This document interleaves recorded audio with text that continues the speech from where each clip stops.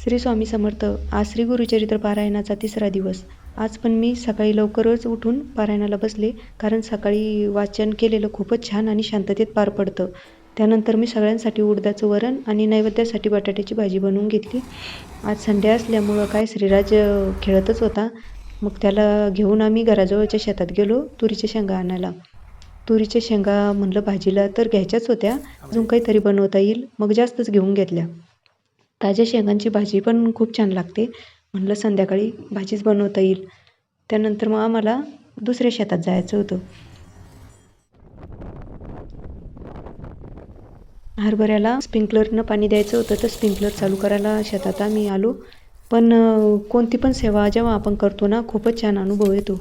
पारायण असो की कोणती पण पूजा असो, केंद्रात तर छान वाटतंच, पण घरातला अनुभव पण खूपच छान आहे.